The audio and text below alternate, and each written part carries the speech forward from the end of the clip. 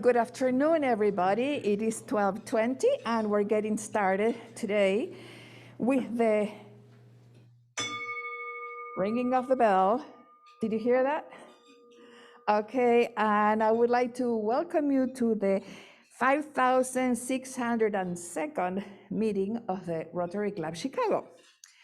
All right, and it's so good to see so many of you on Zoom today, and all of you here at the Union League Club. So, as for announcements, okay, many of you are coming to the wine tasting party that we're having on February 17th, and the numbers of registered guests keep growing. I've been seeing a lot of solidarity on this event. Even a friend of mine from Australia wrote today, she said she bought a bottle of Malbec to toast with us from Melbourne. Okay, it's going to be like 3 o'clock in the morning her time probably, or maybe not, because it's going to be evening, so it's going to be early morning. So my friend Kathy is having Malbec for breakfast in Melbourne when we start the party.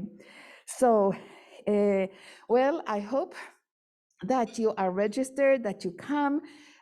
We are going to observe the very strict COVID protocols, which fortunately allow us to taste wine in a safe environment. All right. Yes, so all of you members know how to register. If you are listening to this Zoom call and you're not a Rotarian, just go to our website and you'll find a way to register and join us. All right, now we have our guest speaker in person here, Michael Frerichs. So as usual, we're going to have a question and answer conversation with him. So those of you who are at the ULC, you'll know when the time is to ask the questions. So we ask you one question per person, try to be succinct, and same, those of you who are on Zoom, just write your questions in the chat. We'll read them, or you will read them. And yeah, we're going to have a really great conversation with Michael Frerichs, the Illinois Treasurer.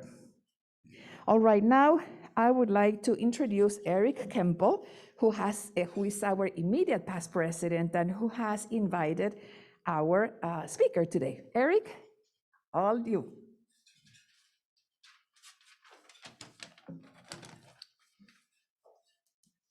Thank you, Marga.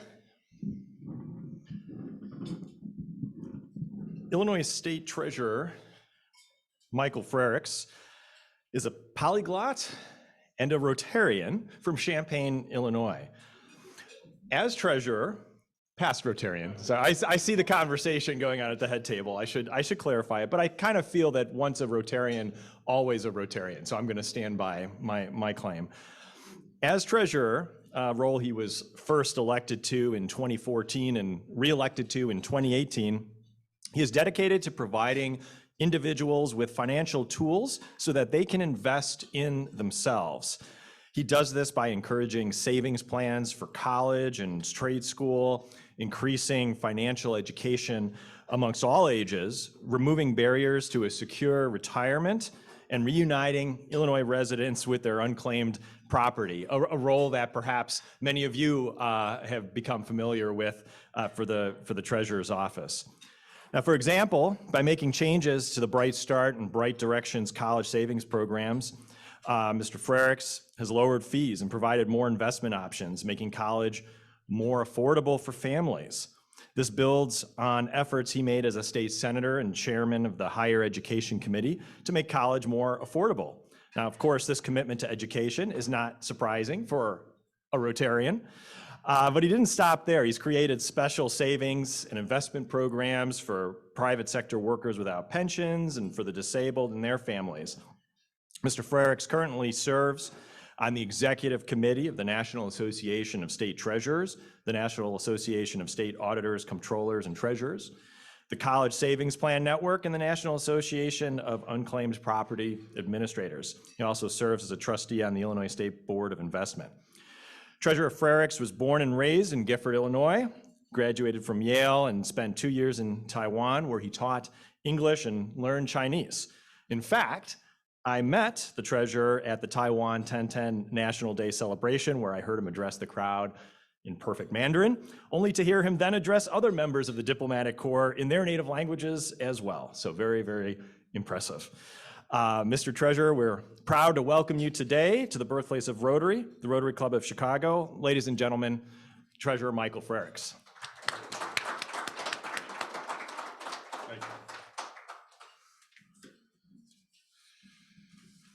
All right, do we need to do anything to make sure my head is not cut off in the picture?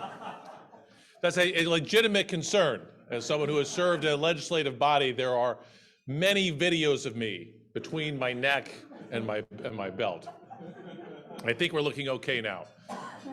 Well, thank you very much for inviting me here today. As Eric pointed out, I was a former Rotarian, and I was in Urbana, Illinois, and really enjoyed serving as a Rotarian for, I think it was about 6 or 7 years. And then I got elected to the state Senate, and I was on the road a lot, and I tried doing makeups at other places, but I was frequently in session during Rotary lunches, and just eventually decided to drop out. What a great start to a talk here today. But I've always appreciated Rotary's commitment to education, towards healthcare, towards eradicating polio, and just international dialogue. And so that's what attracted me, and it's why when I met Eric, and he mentioned potentially being a speaker, I said, happy to do it. I'm glad we could do this mostly in person here, but to those of you who are joining us on camera, nice to have you join as well. Now, as a politician, I have no trouble speaking for the entire time you allocate for me. Really, don't worry about that. But I also find that these conversations are much more enjoyable if we have a little bit of back and forth. So what I'm going to try and do is keep this relatively brief.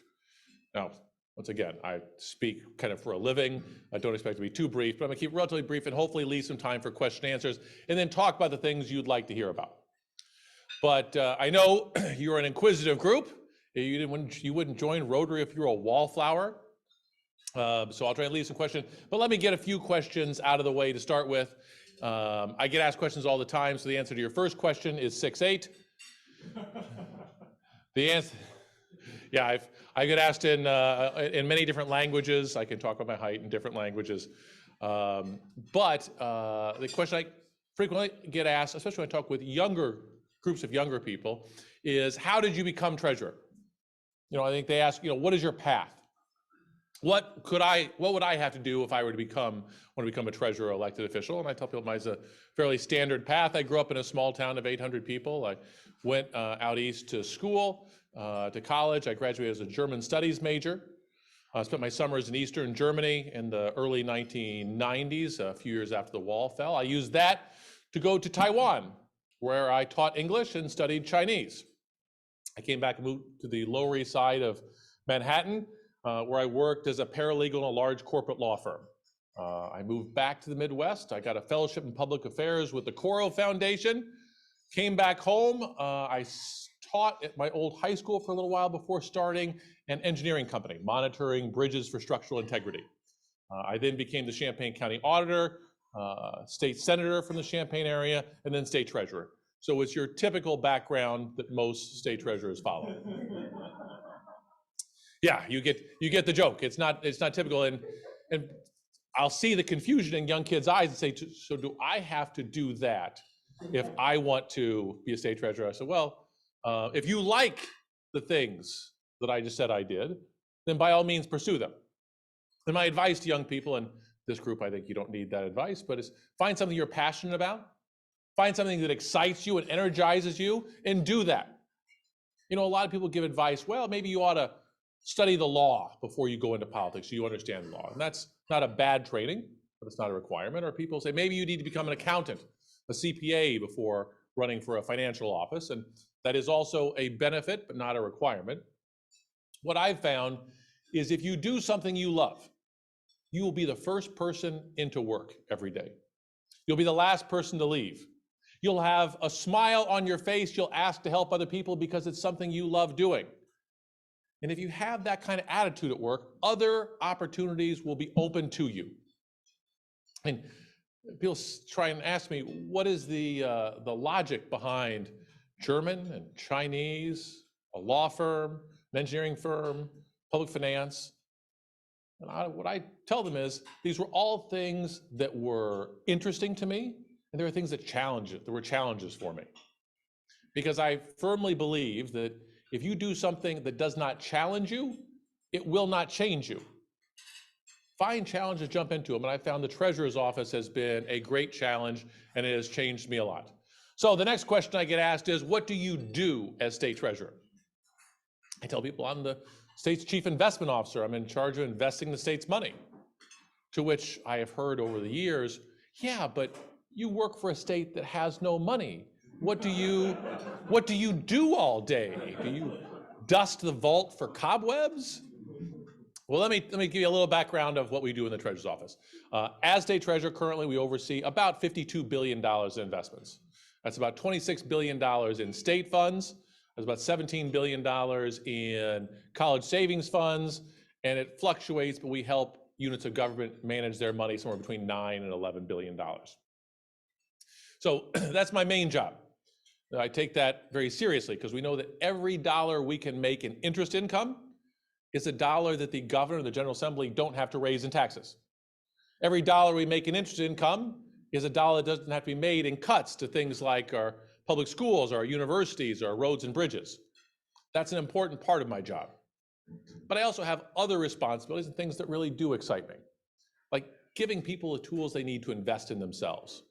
A big reason why I ran for this office was because I'm in charge of college savings plans, Bright Start and Bright Directions. Hopefully, if you have children, maybe you've considered saving for the future. You can also save for grandchildren. You can set up an account for a niece or a nephew. Research has shown that if a young person knows they have a college savings account in their name, they are 3 times more likely to attend college. If they're the first generation in their family to go to college, they are 7 times more likely to go to college. I heard that study, that research, and said, well, how can the existence of money sitting in a bank account make some kids smarter? How can it make them more likely to go to college? And the research showed it didn't even really matter how much money was in the account. If you have $1,000 or $100,000, kids are more likely to go to college. And we all know that college is much more expensive than $1,000. What it gets to is the message you're sending to a young person. When you set up a college savings account in a child's or a grandchild's name, what you're really telling them, what they're hearing is, you're smart. You're college material. I believe in you. I'm investing in you. And when kids hear things like that, they're much more likely to work hard in high school. If they can see themselves going, someone tells them that they have their material, they're much more likely to go. But too many of our kids hear the exact opposite. They hear things like, we can't afford college. We're not college people. Get those ideas out of your head. If a kid can't see themselves in college, if they don't see a path, they're not likely to work very hard to get there, to give up on their dreams. And I know this, and it's important for me because I grew up in a small farming community, and neither of my parents went to high school. Or my parents went to college. None of my 4 grandparents went to high school. And education wasn't something pushed on me, but I did well in school. And I was ambitious, and I remember applying to school. I remember going to the post office box and getting that acceptance letter, and I came home and I said, Mom, Dad, I got into Yale. My dad looked at me and said, congratulations, you ain't going. Actual conversation. I said, what do you mean I'm not going? He said, well, we can't afford that. You can't go. Now, I was 17 and headstrong, and sometimes young men fight with their fathers. After a few weeks or so, we eventually agreed. He said, okay, fine, you can go, but you're on your own.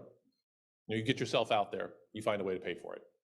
And so actually I was dropped off at college by my aunt and uncle. My dad said, no, I'm not taking you out there. And I realize that there is talent spread out amongst our young people, regardless of socioeconomic background. Although if you look at our universities, they're full of the children of affluence. But we have a problem as a state, as a society, if we're not helping all of our young talented people achieve their maximum potential. And so when I came into office, we decided we were going to change the way we organized our college savings plans. We came in, I hired a new investment manager. We cut fees in half to make it less expensive to save for college. But we also changed how we marketed these programs. I mean, before I came in, it's easy to market to the wealthy. Hey, there's a nice tax break here, and you think your kid's going to go there, but they didn't spend a lot of time marketing to working class or lower income families. Because quite frankly, they couldn't make as much money off of the smaller accounts. They told me that, and I said, well, that's not really your fault, your problem. That's my problem. I didn't run for office to provide tax breaks to wealthy people. I ran for office to provide opportunities for more families. And so that is one of the programs we have to help people invest in themselves. We also set up a program to help people save for their retirement. You know, there's a retirement crisis in this country. Various studies will show more than half of Americans have less than $10,000 saved for their retirement. $10,000. That is not a way to retire with dignity. You are not going to enjoy your golden years if that's all you have set aside. And so we look for solutions, and we think we found a solution with Illinois Secure Choice. It's a retirement savings program that travels with the worker throughout the state of Illinois. They're automatically enrolled, they have the ability to opt out, but it's that nudge, it's that enrollment that makes people much more likely to save. Because, I'll let you all guess here, I know you're all eating, but I can tell you that if I know one thing about somebody, I can tell you with pretty good certainty whether they're saving for retirement or not. Just have to ask one question. What do you suppose that is? I'm sorry, we are a little shy here. Oh, I said you work for a living. You work for a living. You work for salary. Work is good, but there are plenty of people who don't work, who have inherited wealth, who are able to retire, and there are plenty of people who work for a living who live paycheck to paycheck and aren't saving for retirement. I was going to say that you ask them when they're going to retire. Asking when they're going to retire? There are a lot of people out there who have this idea of when they want to retire, but they haven't actually done the homework to find out what it would take to retire at that age. So that's not necessarily it. You can find something, but there's one thing that really stands out. It's not your income. There are plenty of people with lots of money who spend it all, and there are plenty of people without as much money who are good savers. It's not your education. You think, well, maybe more educated would save. Same thing there. There are differences, but not quite as big. The greatest indicator is, do you have a retirement savings option at work? If you have an automatic payroll deduction, whether it be for a 401k or a pension, you are 15 times more likely to be saving for retirement than someone who doesn't. Now, we all know we need to save for retirement. We all intend to save for retirement, but it's just so easy to not. You know, I made a New Year's resolution I was going to save more for retirement, but first I've got to pay down my credit card debt that I incurred over the holidays. And but pretty soon, I think in March, I'll be ready to start saving. Well, you know, spring break is coming up. I'm going to take my family on a spring vacation. So this summer, I'm going to start. Well, summer comes, you want to take a summer break. At the end of summer, you're really going to get serious about saving for retirement, but then there are back to school expenses. And when you finally find yourself with credit cards paid down, something happens. You need to get 4 new tires for your car, and you put it off and you put it off, and people find themselves 50, 55, 60, never got around to saving. But if it's automatically taken out of your paycheck and put aside, most people just leave that alone, and wealth grows over time. So the answer is Illinois Secure Choice. We're going to help nearly 1 million people have a workplace savings option. Money will be automatically deducted from their paycheck, put into their own individual Roth IRA, and then they can decide what kind of risk level or tolerance they have. And it's not going to have everyone retiring with, what was the old saying? Champagne wishes and caviar dreams. But it's going to keep people from living in poverty in retirement. And it's going to mean that people will actually have a retirement date as opposed to having to work into their 70s or their 80s as a greeter at Walmart. And it's setting up things like this that really excite me. Now, we also know that there are children out there with disabilities whose futures are limited, and they're limited by the federal tax laws. That if you're someone who has a severe disability and you rely on federal benefits because maybe you can't work, the federal government limits you to no more than $2,000 in assets, or you lose your benefits. So I've talked to parents. One father who said, I had to tell my dad, I said, Dad, I know you like to give money to your grandkids for their birthdays and holidays. You can give money to Timmy and Sally, but you can't give money to Johnny because you're putting his federal benefits at risk. What kind of person tells a grandparent you can't give money to your grandchild? What's the system? A lot of these kids, reality for a lot of these kids. I talked to a mother. She was very proud. Her daughter had Down syndrome, but she got a job in a law firm. And she'd go into that law firm for a couple hours every day, and she'd help sort the mail, and she'd deliver the mail to lawyers, and she'd do it with a smile, and the lawyers liked her. And they decided, they called her mom and said, we're going to give your daughter a raise. You'd be pretty excited about that, wouldn't you? What do you suppose she told them? No, you can't do that.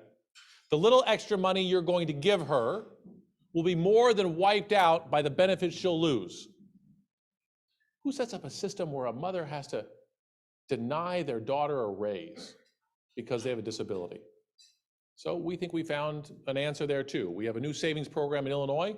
It's a 529 savings plan, but it's called ABLE. It stands for Achieving a Better Life Experience. And what ABLE will do is allow you, just like a college savings plan, to put money in, to invest it, and that growth will be tax-free as long as it's used for a disability-related expense. But the real magic here is if a parent invests in an ABLE savings account, they can save up to $100,000 without their child losing their benefits.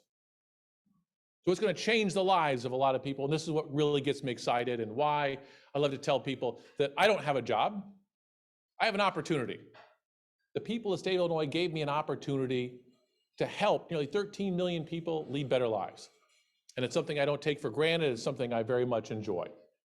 And I'll tell you, those are all fun, but what I really discovered when I ran for this office is I'm also in charge of something called unclaimed property, or we call iCash. And hopefully some of you have found this, and if you haven't, I encourage you at some point to go to illinoistreasurer.gov, click on iCash, and see if we have money that belongs to you. We find about 1 in 4 people who go to our website find we have something that belongs to them, and the average amount last year was about $1,000. So this gives me the opportunity. Is that a buzzer here? Should I move on to question and answer? This gives me an opportunity to play Santa Claus 365 days a year.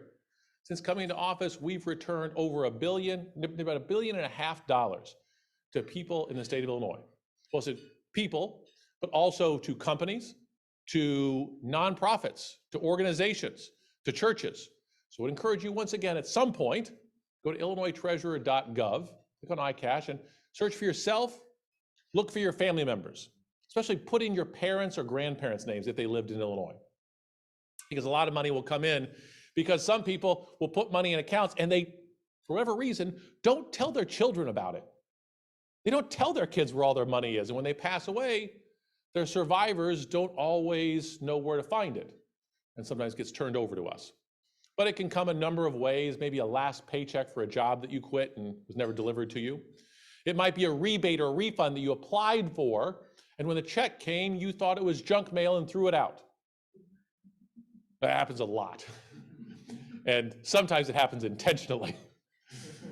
Some of these companies will offer you a rebate or a refund, and you go in and you purchase the product, and rather than just deducting $100 off of the purchase price, which would be simple, efficient, they say you have to mail in for it. And what they'll say is, here, take this receipt and fill out this little form here and mail it to this address, and they'll shove it in the bag and say, thanks for shopping here. Why is that? Why do they make it so difficult to get your rebate? Oh, that's pretty self-explanatory. They've already got your money, they make it difficult. But then the real trick is some of them, they'll tell you, send it all in, and they know most people won't bother to fill it out. But for those who do, let's say expect a check in 8 to 12 weeks. Okay, 8 to 12 weeks after you mail in a form for $30 or $50. Are you checking the mailbox eagerly every day for it? I mean, I like money, but I don't do that. And you're looking for a check in the mail from that company. Sometimes they will contract out with another company. So the check comes to you, not from ABC Corp that you bought from, but US Trans World something. And when you get a letter in the mail, it's nondescript from US Trans World, what do you think that is? Junk mail. And if you're like me, you throw it away. Well, anyway, we fight on behalf of people in this state to get money that's sitting in corporations or financial institution that belongs to them. And we also came into office and discovered there were some life insurance companies that were selling life insurance policies and not paying out death benefits to their policyholders when I took off, when they passed away. We went in and said, that's unclaimed property. And they said, no, it's not unclaimed because no one claimed it. Yeah, I had the same idea. I said, no, the contract says when they signed up to the life insurance, they said payable upon request from the beneficiaries. And no one has requested it, so it's not unclaimed. We get to keep it. And some of them were keeping it for decades and decades. 60 Minutes did a story on this and showed one company that if you had a whole life insurance policy and you had some value in that policy and you didn't make your payment because, maybe you were dead, they said, well, Joe just forgot to make his payment this year. I guess we'll just take the value out of his whole life policy to pay his life insurance premium this year. And the next year, Joe didn't pay either because he's still dead. And they took the value out until the entire value was spent down on a policy that should have been paid out 20 years beforehand. I don't know what you think about this, but I think this is wrong. And so I fought with life insurance companies. One of them sued me. And I said, okay, well, we'll fight this out in court, but it'd be a whole lot easier if we just clarified in state law that if you sell an insurance policy in the state of Illinois and your policyholder makes their payments and then they pass away, their beneficiaries have to be notified. It made common sense to me, but it wasn't the law until we fought to get it passed. And so these are the things we do as state treasurer. Yes? Now, do the insurance companies get to find out when the beneficiary of the policy dies? So that's a good question. For those who couldn't hear, she asked would the insurance companies know when their policyholders died? And what they told me was, no, we can't know. We don't know unless someone calls and tells us the policyholder passed away. Do you expect us to check the obituary section of every newspaper in the country to see if our policyholders have passed away? That's unreasonable. Except what we discovered, some of these life insurance companies are big financial service companies. Some of them also sold annuities. Now, when you sell an annuity, you give me a large sum of money, and then I make a promise to pay you out a certain amount every month, every year, until you pass away. In that arrangement, do I want to know when you pass away? Oh, I most certainly do, so I can cut off payments. And some of those same companies searched the Social Security Death Master File, or DMF. This is a database of all the people in the country who have passed away that Social Security Administration keeps, collects, and updates to prevent fraud, the Social Security Administration, and they would check, and as soon as your name ended up on that list, boom, no more checks sent to your address. But if you had a life insurance policy, they wouldn't necessarily pay out to your beneficiaries. So they knew they had access to whether you were alive or not, and they would cut off checks going to you, but that information wouldn't initiate a check going to your beneficiaries. There was an asynchronous use of the Death Master File, and a bunch of state treasurers took this to court, and eventually several life insurance companies settled and said, actually that doesn't look very good. It doesn't look very good that we cut off payments to people, but we don't initiate payments when they die. And it's not a great marketing thing. So now in Illinois, the law of the land is they have to check the Death Master File twice a year. And if any of their policyholders have ended up there, they have to notify their beneficiaries. Simple thing. So I'll just finish and take some questions that it's things like this. I get to fight on behalf of citizens to get money that belongs to them. I get to help people save for college, save for their retirement, help give their child with disability a better life. I get to make money, lots of money. We made over $1 billion for the state of Illinois in interest income alone. I have a great opportunity. And I have one of the least understood jobs in state government. I tell people I'm a state treasurer and I get yelled at all the time, when are you going to pass a budget? Well, I'd love to pass a budget, but that's the job of the governor and the General Assembly to do. When am I going to get paid? When am I going to get my check? Well, I would love to write you a check, but that's the job of the Illinois Comptroller. I say, well, what is it you do again? Now you can all tell them, I'm the Chief Investment Officer, and we help give people the tools they need to invest in themselves, and that's a pretty good job. So any questions from the floor or from the computer? I'm not sure how I'll see them.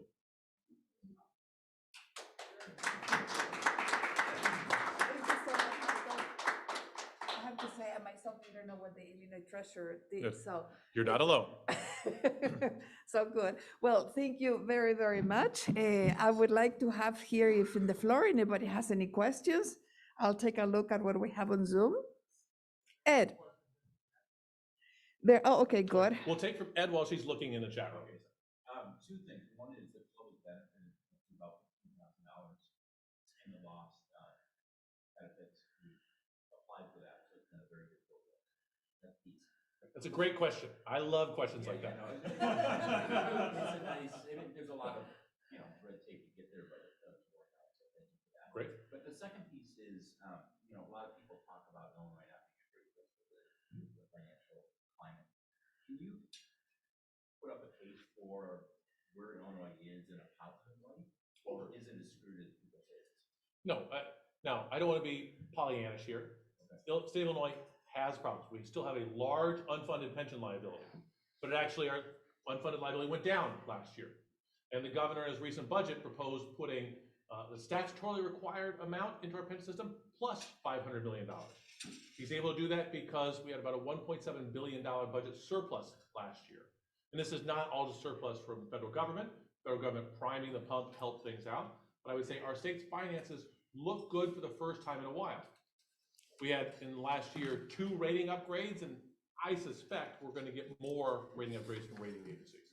Now, I want to say that because it's a great state. It's where I chose to come back home to. It's where I grew up. I love the state. I'm not leaving it. And there are many good reasons. At the same time, this is an opportunity to spike the football and go through a huge party or so. Part of the reason we got 2 rating upgrades is because this was after nearly 20 years of rating downgrades. It was hard to go much lower, and it was really dangerous to go much lower. But at least Illinois is going in the right direction. And what I would say to those who say, oh, well, the state just has all kinds of problems, I'd say if you look at things that are very valuable to an economy, having a skilled workforce is important. Illinois has a more highly educated workforce than many of our surrounding states. Transportation is something very important as we're producing goods, getting goods to people. And if you look at all of the interstates that come through here, and you look at the rail that comes through Chicago, and a couple of one very large world-class airport, Illinois has lots going for it in terms of transportation, in terms of education. And if you want to look at, over the last 50 years, oil has been very important to many economies. I maintain that with climate change going on, access to fresh drinking water is going to be very valuable. And we have a tremendous resource out there. There is a lot right with Illinois. There's a lot to attract businesses here to the state. We still have financial problems, but the legislature and the governor seem to be getting their act together and trying to pay down our pension backlog, to pay down our backlog of bills, to be responsible in things. And so I think there's a brighter future. Our problems are not solved. They won't be solved in 1 year. But if we continue to see things like we have these last few years, then I think Illinois has a bright future. Thank you. Okay, well, I'm going to read something from Clint Krislov that he said. Do you know him? I know of Clint. Oh, okay. So, Clinton, I'm reading your question. It says, we're a big fan of the iCash program, having discovered that the city of Chicago believes it exempt from the Unclaimed Property Act. We were disappointed at the Attorney General's dismissal of our cases to force the city to turn over the money to your program so people can find the money owed to them. I'll be happy to talk with Clint. I would tend to agree with him and would say that this is a subject of a lawsuit, a difference of opinion between the city of Chicago, who is sitting on a lot of money that belongs to its constituents. 13 million. Yeah, a lot of money. And our office who thinks that money ought to be turned over to us under state statute so that we can return it to people. I think we've done a very good job of this, having returned nearly $1.5 billion. But because there is a lawsuit involved, Clint, I'm going to refrain from saying much more than that, but I think we probably are of the same mind. Okay. I'll call you directly. Yes, sure. Okay, well, we have Lance Werner is asking a question. Do you have plans to pursue a higher political office after being state treasurer? I'm not sure there is a higher office than Illinois State Treasurer. No, obviously, it's a joke line, but I do believe I have the most underappreciated office in state government. You know, the governor is a higher office, but there are an awful lot of headaches that come with being governor. If you haven't noticed some of our governors and the hair loss and graying that's occurred to them, there are higher offices like U.S. Senate. But I would say that if you look at all the work being done in the United States Congress, you'd be hard pressed to find much getting done.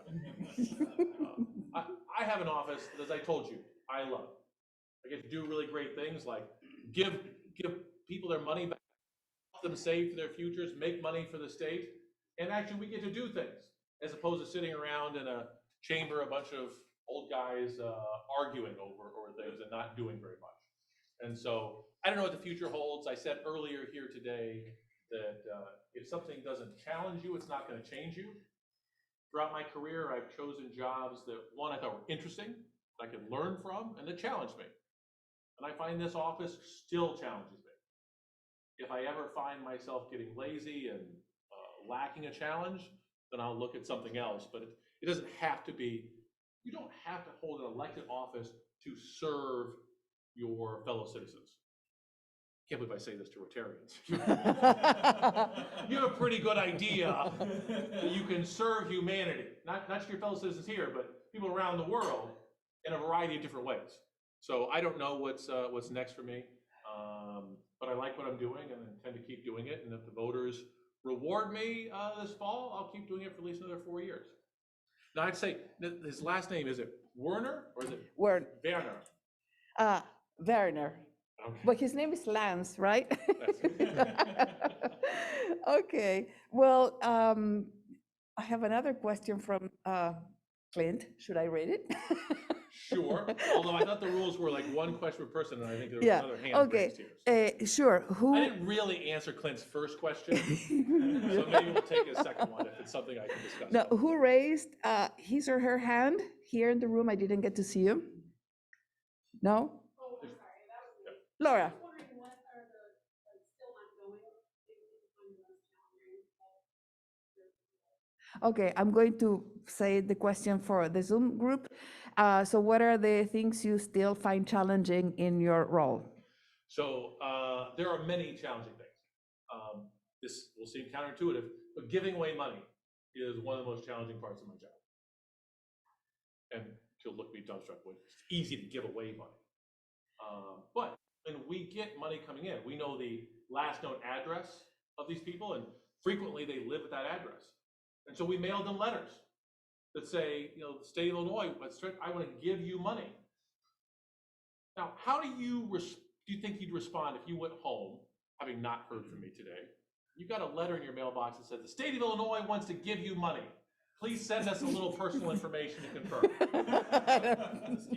Yeah, so most people think. Sure. We follow up with phone calls. We follow up with emails. We can find email addresses. But we have done such a good job of convincing people that there are identity thieves out there that when we have legitimate money for them, they refuse to correspond with us. We called one woman, and I can say this because she's in the press, or she's been quoted in the press. Called her and said, "Ma'am, we're calling to let you know that we have $100,000 for your two boys." $100,000. How do you suppose she reacted? She hung up. Hung up on us. So we called back.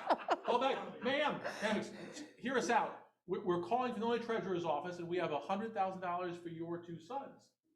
And she said, "I recognize an identity thief when I hear one. I'm not telling you anything," and hung up again. Now, I know this because she was a good citizen. She was an attorney here, and she Googled Illinois Treasurer's office and found a phone number and called us up, a receptionist, and said, "I just want you to know that someone out there is impersonating the Illinois State Treasurer's office." At which point we were able to convince her, knowing that she'd actually called my office, and no, we do have this money. So how could you have $100,000 for my two sons? Well, she adopted those two sons. She adopted them after their mother had passed away in a car crash. Her two sons had special needs. Now, this woman is a saint. She also had a child with special needs, and those two sons were in the same class as her son. And this woman was single, didn't have any family around the area, didn't have anyone to take care of these two special needs boys. She stood up and said, I'll take them in. I'll adopt them. She did this, and for 9 years, she raised them as her own. But then she worried, what happens when I'm not around? Yeah. You know, I can't provide for them anymore, and they're gonna have difficulty providing for themselves. Well, their mother had that same concern, and so what did she do? She bought a life insurance policy, knowing if anything happened to her, her boys would need that money. But when she passed away, life insurance companies made no effort to pay her two boys what was owed to them. That's just wrong. And when asked in a committee, why didn't you pay them out? So, well, if we don't pay out, it's the beneficiary's fault. They're supposed to come and tell us. I think those two boys were 9 years old when they were in the car with their mother. And she died in a car wreck. They survived. Two kids with mental disabilities who witnessed their mother die were supposed to contact the life insurance company to get their money. Because they didn't, it's their fault. This is why I love this job. No one's fighting on their behalf. We got to eventually, 9 years after the fact, reunite those boys and money that promised them. Anyway, I'm not sure what the question Well, was again. I tell you, Got me about something I feel very strongly about. I can feel Michael's energy, and which is, gosh, you cannot escape being a Rotarian, In Rotary, we say we are people of action, okay? I think we can relate to what you're doing, and you can relate to what we do as Rotarians. This is going a bit longer, but I think we're also fascinated by listening to have a public servant, so committed and so moved by the real work that you do. So we are very grateful, Eric, that you brought Michael to speak with us. Let me read one more question from Wayman Anderson. Wayman, if you can hear me, would you like to read it yourself? Okay, can we put Wayman on the screen? Go ahead. Go ahead, Wayman. Yes, hello. How's everybody doing? Good. I have a question for our speaker. I'm actually a program manager for the Social Security Administration. The presentation was very interesting, and I definitely learned a lot. My question to you is, has your level of government ever thought about working cross-functionally with the Social Security Administration to leverage the synergies between the retirement programs that exist between the two levels of government, that being the state and federal, to optimize the services for the public?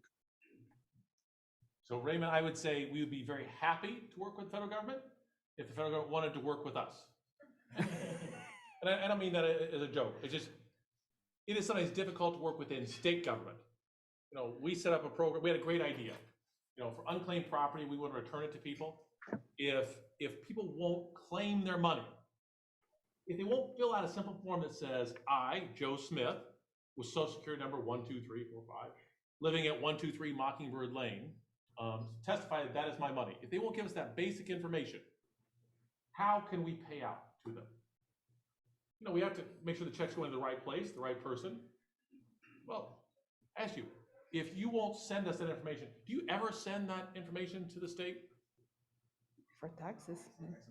Yeah. That's every year. You do. You sign under penalty of law. Here's my name, my Social Security number, my address. I'm in compliance with my taxes. Okay, so we had an idea. Why do we need people to send us all their information? They already send it to us.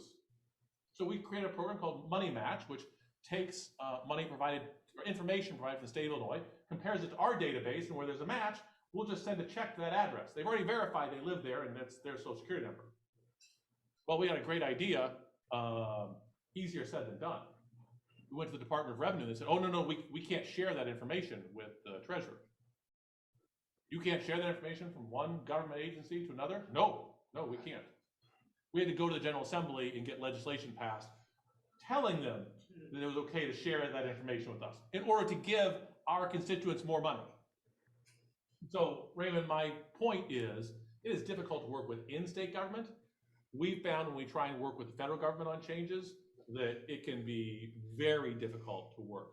And we get excuses like, well, we're a federal policy here. We don't take a specific program with a specific state here, it's got to be a federal solution. So if Raymond has ideas of how we can work together with the federal government, I would be all ears. We just, it's not from a lack of interest on our part. It's just sometimes difficulty is much larger than the state of Illinois. And I saw one more hand here, and I know I talked for a while, but I'd like to take one more. All right. Thank you for putting your system together. I've been a recipient where I received money, but I've also have some other money that's out there that I know is mine. I did some initial inquiry, but then it died. Is there a next step? What can one do so I can obtain those other funds that are sitting there? Okay, so a few things. I heard this story way too much. As much fun as it is to give away money, stories like this aren't much fun. I would talk to people all the time. They'd say, "Oh, you're the state treasurer. You've got my money." I say, "Great, we'd love to give it to you." It's too much of a headache, too much of a hassle. And I completely understand that. Because before I was treasurer, I had money in iCash. At that point, they called it Cash Dash. And I went to claim it. And I was told, "Okay, we'll find proof that you once lived at that address. You gotta get this notarized, mail it in to us, print out these forms." And I was like, for $25, this is an awful lot of hassle. And so when I came in, I told you that I previously served in the state senate. When I came in, you have lawyers in the treasurer's office. And I'd say, well, why can't we just send them their money? Well, because it's not in state statute. As a former legislator, I had an easy answer to that. Well, we just need to change state statute. I mean, just file a bill. Find a representative, senator, file a bill. And so we did things like we came in and we created a new program. No one could send us documents electronically. That's kind of crazy today. So we created e-filing for claims. So now you can just take a picture of something and upload to us. You don't have to deal with the mail. We have something called Fast Track. I mean, you guys may not know this, but there's a lot of information, a lot of financial information about all of you online. There's a lot. You can find out online with LexisNexis search nearly every residence you've lived at. You can find the information if you've paid your credit card bills on time or not. There's all kinds of information. So why can't we tap that? We created a program called Fast Track. So for smaller amounts, I don't know how much money we have for you, you now don't need, in most cases, don't need to send us information. We'll just do a LexisNexis search and so we can verify. I think it's under $2,000. Well, it was under $500. We raised it during COVID. Then you're probably right above our deadline. Now, that being said, we want to make sure that it's difficult to give you your money, but the worst thing than these hassles is to give your money away to someone else. And so we want to make sure you are who you say you are. But what I'll tell you is before I leave here, if you give me your information, we'll also follow up and walk you through it. It can be difficult. What's really difficult is if you have money that's owed to you because your parents, your grandparents are deceased, then we have to follow probate law. And we have much less discretion in how we give out that money. And does anyone want to guess? We talked about identity thieves here. The probably most common form of fraud in my office, unclaimed property office. Who is probably most likely to try and take someone's money that doesn't belong to them? Close family in general. Oh. Yeah. It's not usually children so much, siblings all the time. Will call us and say, "Oh, my mom and dad had $10,000 in an account. I'd like to claim it." And we'll say, "Well, do you have any siblings?" "Well, yeah, but I'll claim it for them." or they'll call and claim for their sibling, for their brother or their sister, because those are the people most likely to know your birth date, your parents' names, your social security number. And so they see a sibling and they'll call. And so we try and make sure that the actual person gets that money and that estate claims are divided equally amongst all heirs. But I will follow up with you and we'll get that taken care of. Great. Well, I think, Michael, thank you so much. This has been so exciting. So, okay, so we have to go to IllinoisTreasury.gov, right? Okay, write it down. Treasurer. Oh, treasurer, okay. Not treasury. IllinoisTreasurer.gov, click on iCash, or if you want to type it all in, IllinoisTreasurer.gov/iCash. But if you just go to IllinoisTreasurer.gov, you can click on college savings, on retirement savings, on iCash. And what I would say though is if you go on my website, find we have some money that belongs to you, we give you that money, Remember, I'm the Chief Investment Officer of the state of Illinois, and I'm gonna give you some advice. The best investment you can make is in the education of a young person. So consider staying on that site. If you have a child or a grandchild who doesn't have a college savings account, if you're a big sib to a little sib, consider setting something up. But if you do that, then go and tell them that you did it and tell them why you did it. Because the account doesn't make them more likely to go to college. It's the message they hear. And if you tell them you're smart, you're college material, and I'm investing in you, they will have a bright future. So thank you all very much. Thank you very much. It's been wonderful. Well, now I would like to invite Rebecca Pons from the Gene Siskel Film Center, who is going to tell us about a film festival that I'm sure you would like to hear about. So, okay, before we go on, Michael, we are going to give you a certificate. It was just on the screen. And thanking you for participating in our meeting. And by the way, you know, since you left Rotary, there are e-clubs that you can join. You don't need, you know, you can go to the meetings from your computer, from your office, okay? So, you know, I'm really happy that you, you know, you can leave the Rotary out of you. So, okay, so can we have Rebecca Pons now on the screen, please? Hello, Rebecca. Hi. Hi, everybody. Nice to meet everybody. I'm ready to dive in, but I can hang tight if you need another second, or if I should just go for it. Go. Okay, great. So yes, my name is Rebecca Fons. I'm the Director of Programming at the Gene Siskel Film Center. It has been my pleasure to speak to other Rotary clubs. I'm an Iowan, and I've spoken to the Iowa City Rotary Club and a few other groups during like this in Zooms and also in person. So it's my pleasure, any chance to talk a little bit about what I do as a film programmer and specific programs that we have coming up.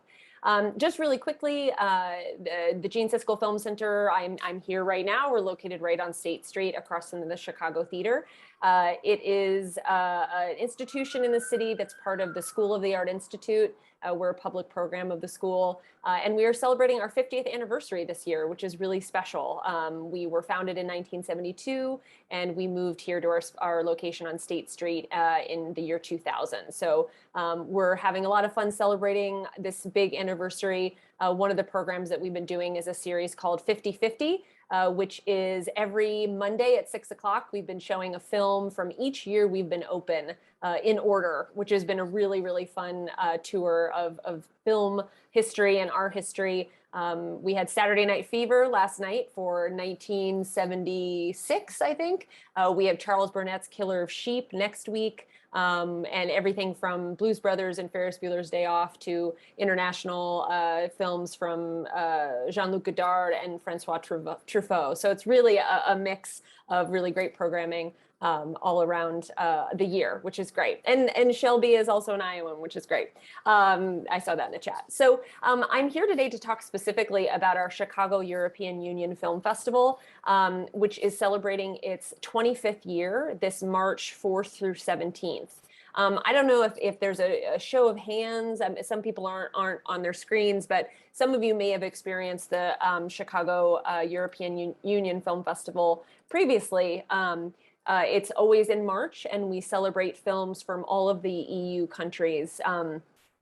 Previously, including 2020, when the festival literally stopped halfway through, when the theater closed, we would host over 60 films. It would be 4 weeks long. It was a really, really huge festival. And so this year we've taken a slightly different approach, and we've really scaled it down to a 2-week festival. And we're showing 19 films from select EU countries. So that doesn't mean that we don't love Malta. That doesn't mean we don't love a particular EU country, but we're sort of just playing around with highlighting different European Union countries each year. And also, as we've all learned, you know, in the last 2 years, evolving and changing and kind of pivoting and responding to audiences is what we've all been doing during times of closure and isolation and adapting our programming. So this year, the festival will be March 4th through 17th. And like I said, 19 films representing 20 EU countries. Some stats that I'm excited about, and then I'm going to show you a sneak preview of some of those films. We have 11 female filmmakers. 11 of the 19 films are directed or co-directed by women. And 11 of those films across the program are debut feature films. So that means new filmmakers and new voices, which is really terrific. And 8 of our filmmakers are under the age of 40. With all of the ages being 32 to 58. So it's a young festival, it's a very female festival, and it's a festival of discovery for us this year. I will share a link in the chat here momentarily, but first I'm just going to share my screen because it'll be fun to literally give you a sneak preview. Let's see if does that work? Does everybody see me? See this? Yes, I think Yes, so. we can see it. Great. So this is literally a sneak preview. This is embargoed information, so please do not live tweet my I know we're going live and things. All of this will be announced later this week. But some things that I just want to show that are really exciting. This is our spread for the European Union Film Festival pages in our Gazette, which is our printed calendar. And just to show you kind of the depth and breadth of the programming, we have films like Playground, which is the Oscar shortlisted film from Belgium. We have the film Hatching, which is from Finland. It's a wild film. A young woman gets an egg, a strange egg, and something from that egg hatches. It's sort of a horror genre film, so really something for everybody. Women Do Cry co-stars Maria Bakalova, who was in Borat 2. It's a film from Bulgaria, and she's in a much different performance than she was in Borat 2. Wood and Water is a really beautiful multi-generational story about a woman who travels to Hong Kong from Germany, and so on and so on. So we have some really, really amazing films that represent so many different voices and perspectives. I think one of the things I love about the European Union Film Festival is either if you haven't had the opportunity to travel lately because of COVID, or if you are just, like to kind of stay on terra firma where you're from, it's a great way to kind of see the world. And with the European Union Film Festival, it's a very targeted sort of specific look at European countries and the films that they're presenting. So I'm really excited for all of these films. We will have a few filmmakers in attendance, and we'll also be hosting both pre-recorded and live Q&As in the theater after these films. Typically, our European Union Film Festival welcomes a few filmmakers here, but of course, entry requirements and travel comfort is a little bit constantly evolving. So we're doing a lot of virtual conversations and virtual introductions from filmmakers, which is really terrific. I'll stop sharing my screen, but just to give you a sense. And we are opening the film with the French film Lost Illusions and closing it with the Spanish film The Good Boss, starring Javier Bardem. So Lost Illusions is like a beautiful period piece costume drama based on the Balzac novel. Closing Night, The Good Boss, is a sort of dark comedy about a sort of a desperate leader of a factory. That's the Spanish film with Javier Bardem. So really, really, truly something for everyone. It's sort of a cliche to say that, but this film festival in particular has everything from horror to costume dramas to comedies to documentaries. So we're really excited with the lineup. I'll stop Rebecca, sharing. no, my screen. thank Yes. you so much. Yeah. This is wonderful. And, I'm sure that many of us are, it's so good to see that this festival is back in person.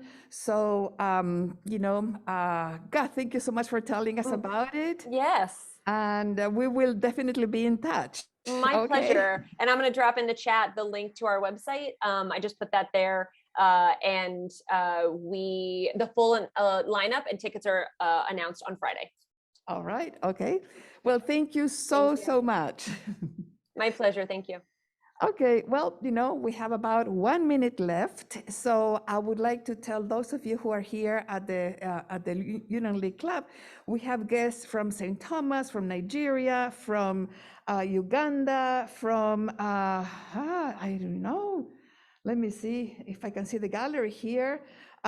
Unfortunately, no time to introduce all of you on Zoom, but you know what? You have to come back next week, okay? So that's easy, and we're going to have another great program. What next week is going to be an only in-person event, but the following weekend, you know, it's all going to be all Zoom, and it's a really fascinating program as well. So please take a look at the committee, the upcoming committee meetings. And I would like to make a quick pitch for job one. So Alita, forgive me, you know what you need to do in this time of the year. Job one is a program by which we know offer this summer internship to juniors and seniors in Chicago City. They have to leave and go to school in Chicago. And we are looking for employers who would like to hire our summer interns. So, please go to your Rolodex, your phone book, and see if you can find a friend that would like to employ one of our interns. All right, and I think it is 1:21 already, so you know what? I have to ring the bell and declare this meeting closed. Thank you all for being here, and you are welcome to stay chatting on Zoom and also in person here at the club. I am delighted to have met you, Mr. Treasurer, and I wish you all the best until next week. Okay, bye now.